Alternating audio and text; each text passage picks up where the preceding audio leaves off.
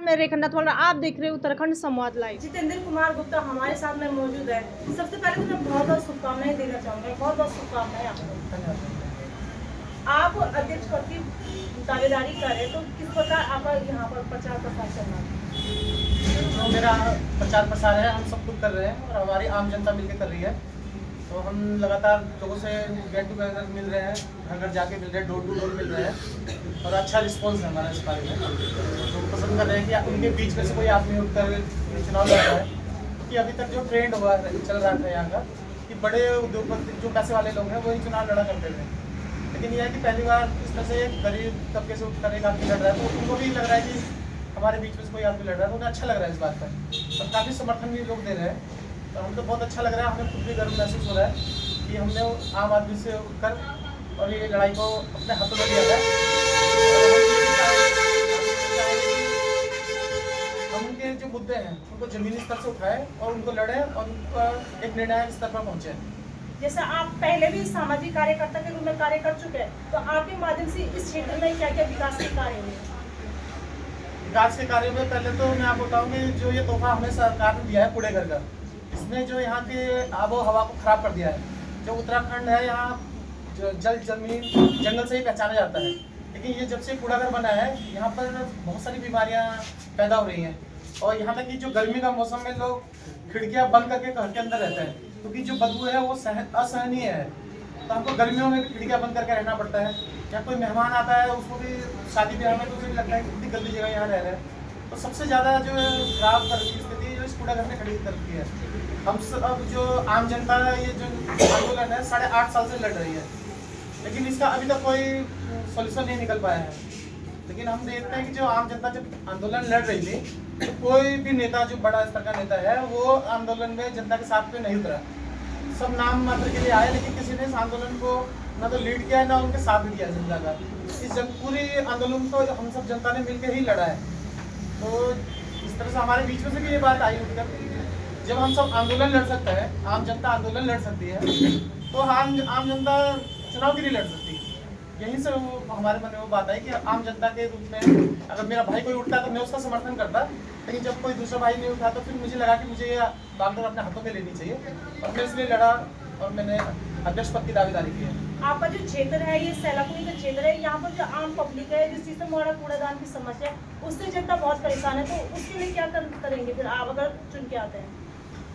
जब मैं चुन के आऊँ या ना आऊँ, मैं तो इस लड़ाई को आखिरी दम तक लड़ूंगा और जब तक ये कूड़ा घर यहाँ से नहीं हटता मैं अंतिम क्षण तक इसका प्रयास करूँगा।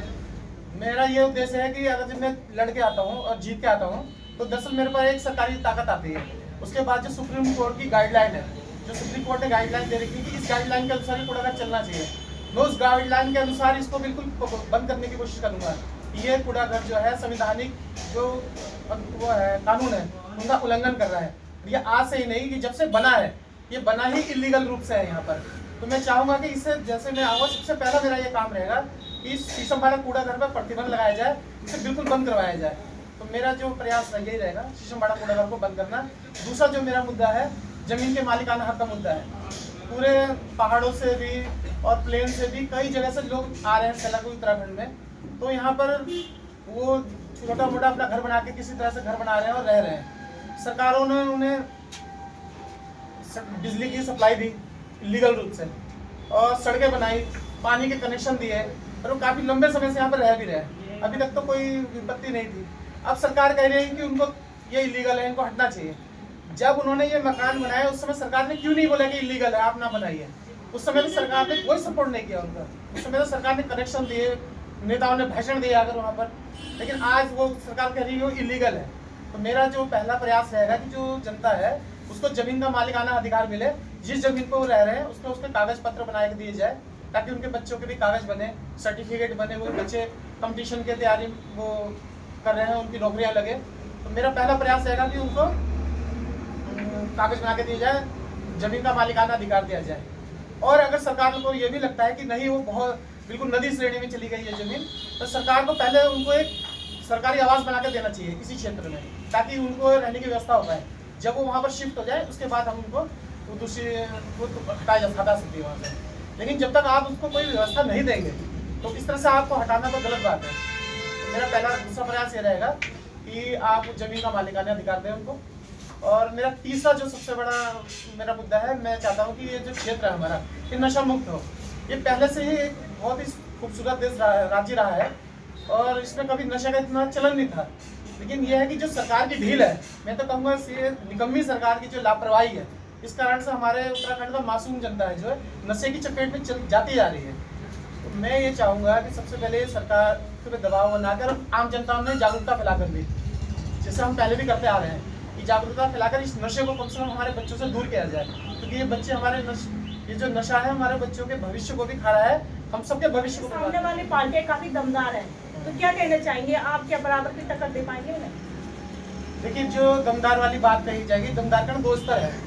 एक तो है कि खूब प्रचार कर रहे हैं और खूब बैनर पोस्टर और बाकी आप जानते हैं क्या क्या चीज़ें हैं, उससे आप प्रचार कर रहे हैं, लेकिन आपने जनता में काम नहीं किया, तो उसे दमदारी नहीं कहेंगे। दमदारी तो उसे कहेंगे कि जब जनता के मुद्दे आए थे, जनता में जब जैसे कूड़े घर का मुद्दा आया था, कौन कितना नेता कितना आम जनता के साथ भागीदार रहा, ये दमदारी है। जब जमीन के मालिकाना हक का मुद्दा था, जब पूरी जनता आक्रोशित थी नदी के बगल की, उस समय जनता के साथ कौन खड़ा हुआ, ये दमदारी वाला मुद्दा है। जनता की जब बेरोजगारी, जनता पे लाठियां बरसाई गई उत्तराखंड में, उस समय जनता के साथ कौन खड़ा हुआ था, ये दमदारी वाला मुद्दा है। जब हॉस्पिटल वाली बात आई थी, कोरोना काल आया था, जब कोई नहीं निकला था, उस समय जनता के साथ कौन खड़ा था, ये दमदारी वाला मुद्दा है। चुनाव में पैसा फूकना, बड़े बड़े पोस्टर होल्डिंग लगा देना, ये सबसे दम नहीं होता है। मुझे लगता है कि जब आम जनता के बीच से जो आदमी उठता है, भले वो प्रचार न कर सके, लेकिन जनता उसे देखती है कि आदमी हमारे साथ रहा है नहीं रहा है, दमखम उसे बोलता है। तो मैं किसी को ये नहीं कहूँगा कि कौन ज़्यादा दमखम वाला है या कौन नहीं दमखम वाला है, वो तो जनता बताएगी। लेकिन मुझे लगता है कि जनता उसको दमखम वाले मानती है जो उनके साथ है, जो उनके बीच में से है, जो उनके मुद्दों को उठाता है। तो मैं चाहता हूँ कि मैं इसी रूप में इसको देखता हूँ। बाकी प्रत्याशियों के मुकाबले आप काफी शिक्षित भी हो और युवा नेता साबित होंगे इस क्षेत्र के लिए, तो क्या आपने विचार रखना चाहिए? मैं यही विचार रखना चाहूँगा कि मैं ये चाहता हूँ कि आम जनता में से भी लोग उठकर ना इस क्षेत्र में आए। राजनीति का क्षेत्र ऐसा है कि जो पढ़ा लिखा वर्ग से दूरी बना के रखा हुआ है, और जब पढ़ा लिखा वर्ग इस वर्ग इसमें नहीं आ रहा है राजनीति में, तो जो बाकी लोग हैं वो उसमें घुस गए हैं। तो लेकिन वो है कि काम नहीं हो पा रहा है राजनीतिक स्तर पर, क्षेत्र में इतनी समस्याएं हैं, उसको कोई देखने वाला नहीं है। अभी चुनाव है तो 20 दिन के लिए बड़े बड़े लोग उनको पूछते हैं, तो 20 दिन बाद कोई भी नहीं पूछेगा। ये जनता, आम जनता की अपनी लड़ाई है ना, तो आपको अपने आप लड़नी पड़ेगी। जब आप खुद सोच रहे हैं कि वो बड़ा आदमी आके हमारी लड़ाई लड़ेगा तो कैसे काम बनेगा। तो मैं चाहता हूँ कि शिक्षित स्तर पर कि जो पढ़े लिखे लोग हैं, समझदार लोग हैं, इसको भी अपने उसके भविष्य के रूप में देखें और इस क्षेत्र में आए। और क्योंकि वो जब इस क्षेत्र में आएंगे ना, तो इस क्षेत्र का भी विकास होगा और बाकी लोगों का भी विकास होगा। मैं इसी रूप में देखता हूँ कि शिक्षित लोग इस क्षेत्र में आए और मैंने इसीलिए इस प्रोफेशन को चुना। मैं चाहता हूँ कि मुझे इंटरेस्ट भी है इसमें ना, मैं इसमें बहुत इंटरेस्टेड रहता हूँ, मुझे बहुत अच्छा लगता है लोगों के बीच में काम करना। और मैं चाहता हूँ बाकी लोग भी जब आएंगे उनको भी बहुत अच्छा लगेगा, क्योंकि वो इससे दूरी बना के रखे हुए हैं, इसलिए उनको शायद ना पता हो। लेकिन मुझे लगता है पढ़े लिखे लोगों को तो बहुत जरूरी है इस राजनीति में आना। कितना जन समर्थन अभी मिल चुका है आपको जनता का? जब मैंने शुरुआत में पर्चा दाखिला किया था, उसके बाद तो मुझे लग रहा था कि कैसे शुरुआत करेंगे, क्योंकि मेरा पहला चुनाव है और मुझे समझ नहीं आता मैं किस तरह से इसको करूँगा। लेकिन जब मैंने पर्चा दाखिल करा तो जिनके साथ मैंने संघर्ष किया, जिनके साथ मैंने आंदोलन किया, उन्होंने मुझे बहुत अप्रिशिएट किया और वही लोग मुझे फंडिंग भी कर रहे हैं। मेरे पास पैसा भी नहीं है ज़्यादा, इसलिए मैं ज़्यादा प्रचार नहीं कर पाता। लेकिन काफ़ी लोगों ने जैसे मुझे पोस्टर छपवा के दिए हैं, कुछ लोगों ने होल्डिंग भी दिए हैं, कभी कुछ लोगों का फ़ोन आया मुझे क्या आपको और कुछ मदद चाहिए तो वो भी देंगे। इस तरह से गांव के लोग आ जाते हैं तो मेरे साथ प्रचार प्रसार करने भी बाहर जाते हैं। तो मुझे बहुत अच्छा लग रहा है कि वो धीरे धीरे मुझे बहुत सपोर्ट बढ़ता जा रहा है। और इस तरह से अगर मुझे सपोर्ट लग रहा है तो जो हमको लगता है कि ये सीट आम जनता के खाते में आई। सर क्या कहना चाहेंगे यहाँ पर की जनता के लिए, किस प्रकार वोट करें?